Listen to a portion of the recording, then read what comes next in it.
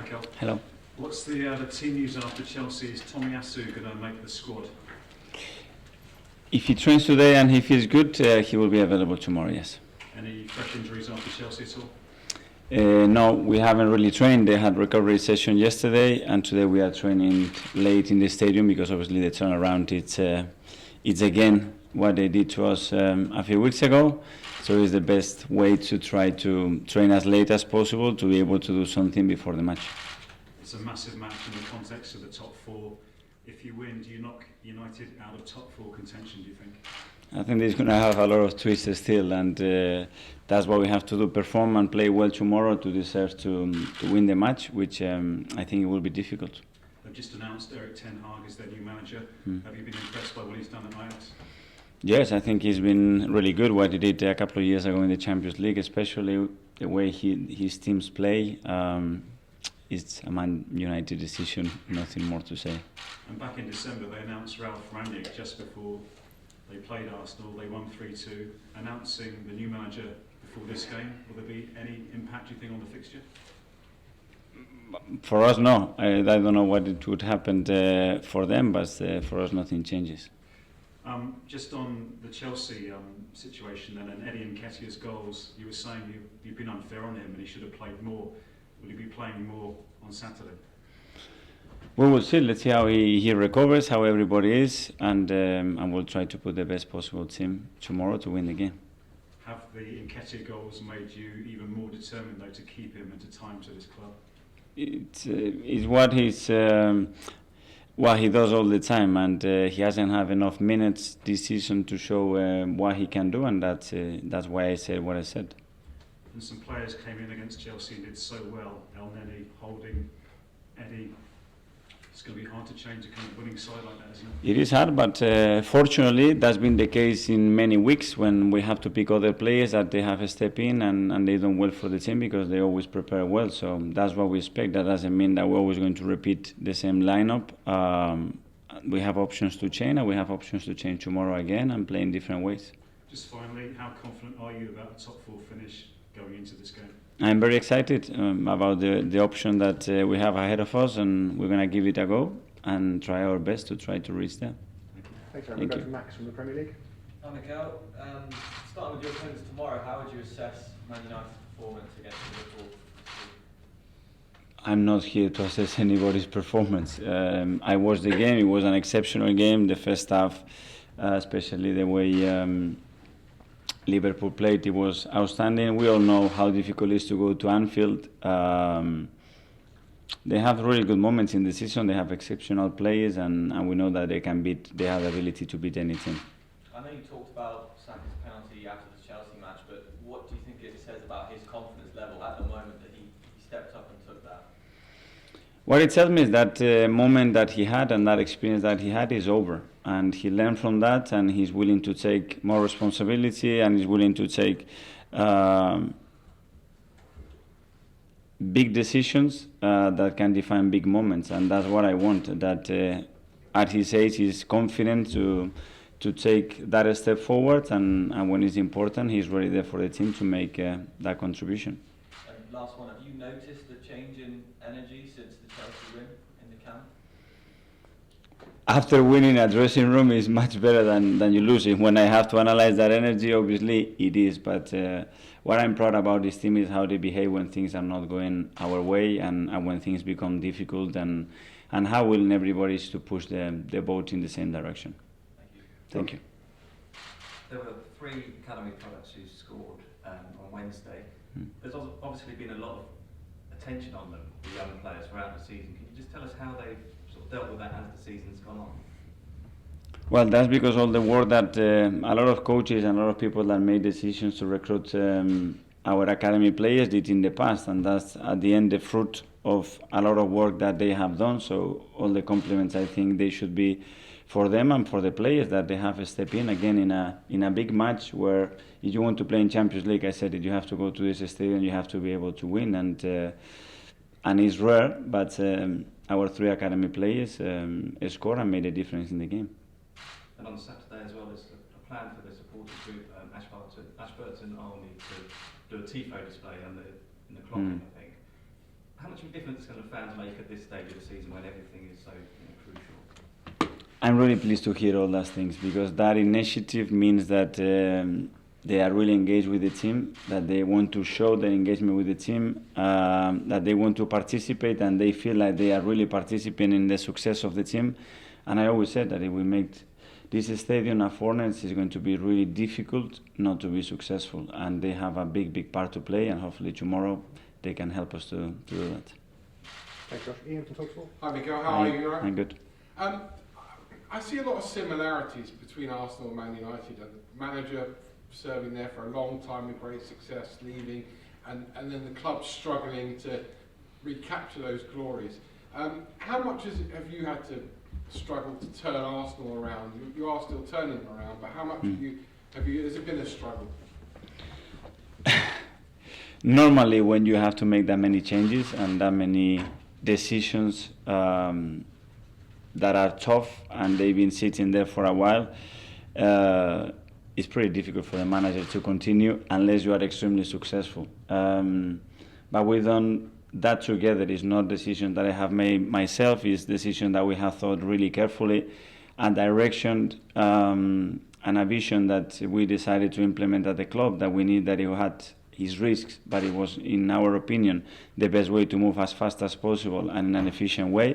And then you need support, and I had a great connection with Edu, with the board, with the ownership, and that relationship is vital, and especially in this stage in our project, because without that, we don't have at the moment 5 world-class players that all the issues that we can have as a club, they're going to hide them every week because they score hat-tricks here. We don't have that. So what we have to do is exceptional people that are so connected with a very clear direction and vision about what we want to do with the club, and as well our people believing in what we do, of course. See, that patience that Edu and the board have given you has not been afforded to any of the managers that came in at Manchester United. What advice would you give their new manager? I cannot give any advice. You know, I haven't been 25 years in a row to give advice to anybody. I just try to do my job as good as possible, and the rest have to try to do the same.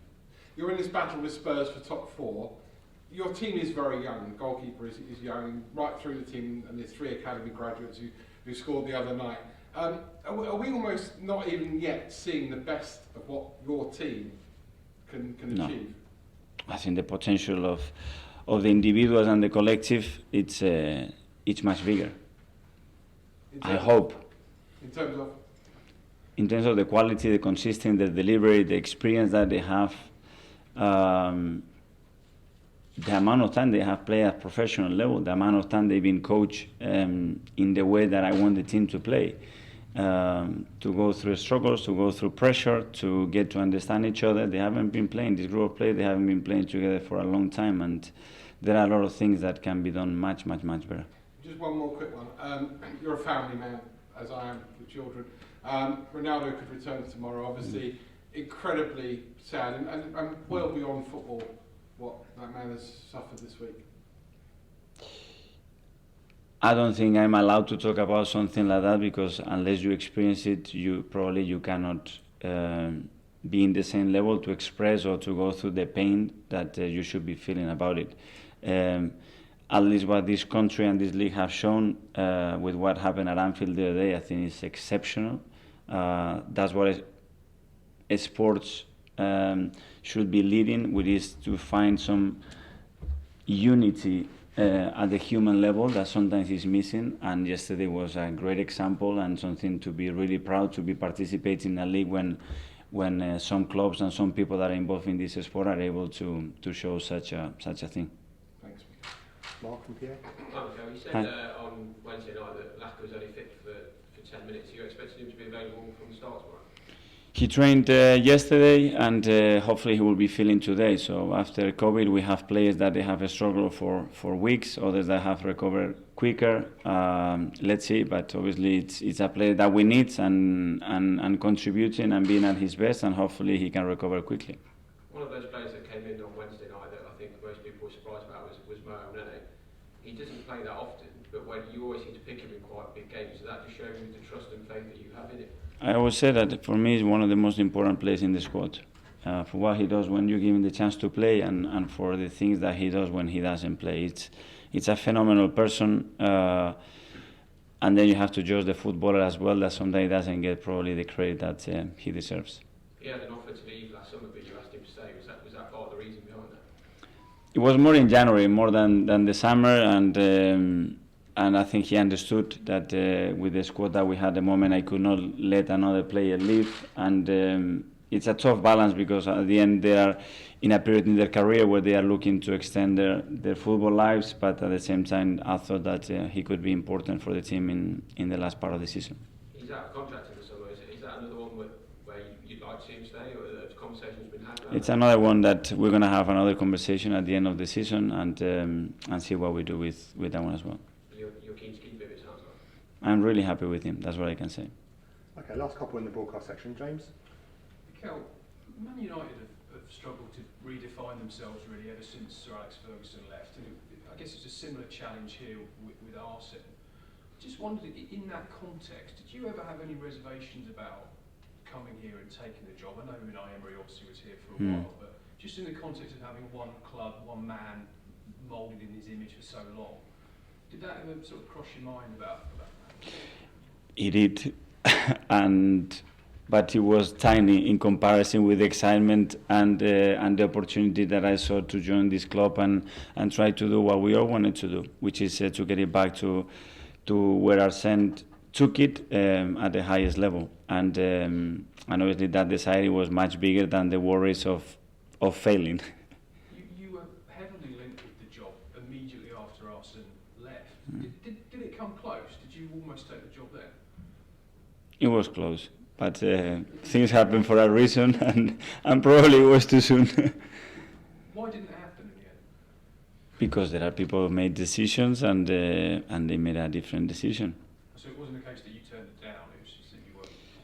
For me to turn down this club is extremely difficult, and when you see it closely, there is something happening there that you just want to do it. But again, they signed another exceptional coach that again is showing in Villarreal how good he was. But sometimes it's not about the capacity of a person; it's the capacity or the context that you showed, or the team that it fits the model, or is just the right moment or not the right moment. Sometimes it's not about the capacity; it's about the timing. And finally, for the broadcast section, we'll go to Simon for this. Just on that, Mikel, is it sometimes better to be the man after who succeeds someone like Wenger, just to have a little bit of a gap in between? Do you feel that helps? I don't know, but the thing is, the expectation this club is going to have is always to be the best, because we're going to compare all the time with the beautiful moments that we live together here.